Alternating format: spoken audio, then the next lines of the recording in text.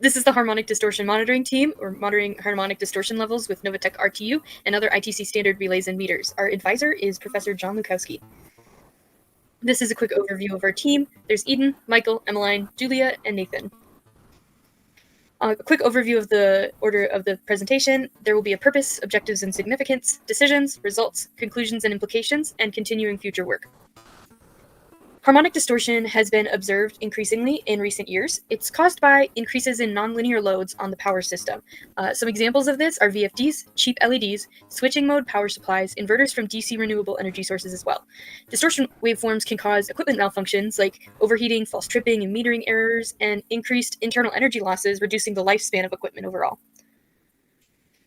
Our goal and objective is to determine if it is possible to develop a system to monitor harmonic distortion using the current system that ITC is already using.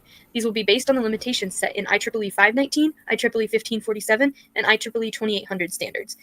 We will be developing logic at the remote terminal unit level, or RTU level, for alarming. DNP3 points from metering devices will be sent to the RTU, and the RTU will filter signals locally and transmit only significant data to the ITC control center. So here's a quick overview of our system. So going into our substation from transmission lines, a signal will be going through the transmission line capacitive voltage transformer, or a CVT, and current transformers, CT, to step down voltage and current levels and deliver a proportional signal to our meter.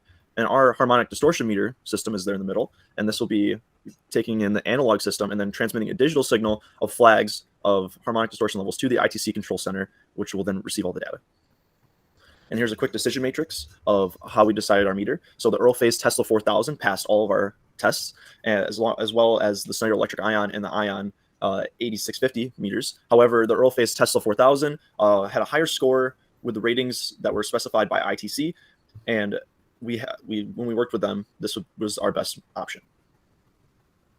So a bit about the Earl Phase Tesla 4000 that we ended up deciding on.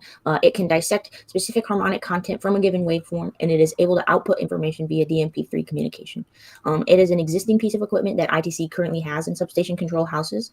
And on the right here, you can see the current and voltage modules in the Earl Phase Tesla 4000 itself. So this is the system that we developed.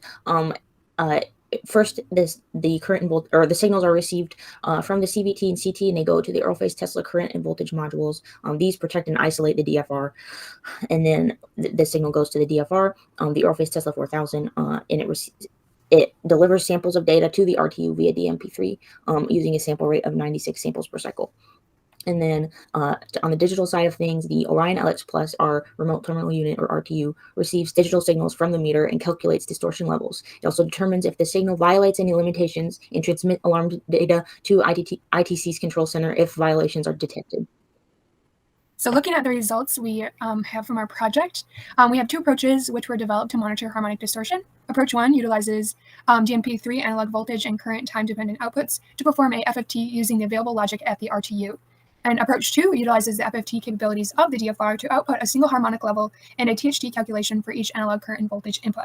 Here on the right, we have our system in terms of the signal input and the FFT output, as well as on the bottom, the flags that we would expect to send to TMS, or the transmission management system. So our project found that with approach 1, we were unable to access analog outputs with the Tesla 4000, as well as the Schneider electric meters. Here on the right, you can see it in that table. We have, if we do or do not have access to the analog outputs for approach 1. With approach 2, we found that it was less accurate and adaptable to the long-term changes in power quality metering expectations. And finally, we found that DMP3 has limited bandwidth and cannot transmit analog data for higher harmonic measurements. Looking forward, future work would include investigating the impact of superharmonics and interharmonics, as well as investigating metering devices for adaptable harmonic distortion monitoring. Here are references. Thank you.